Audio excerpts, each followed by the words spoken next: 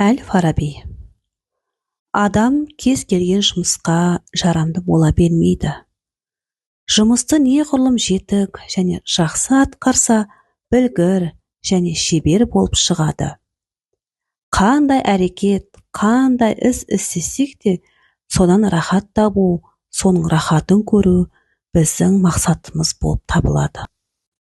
Бақыттың мәні парасаттылықта, әркімнің өз алдына игілікті мақсат қоя білуінде, адамның өз мінез құлқын, іс әрекетін ерікті түрде өзгертіп, игілікке бағыттап отыруында.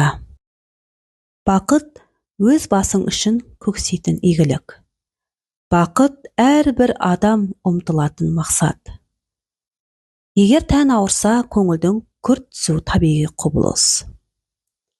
Адам денесінің жетілуі, оның денсаулығы, егер денің сау болса, онда оны сақтамақ керек.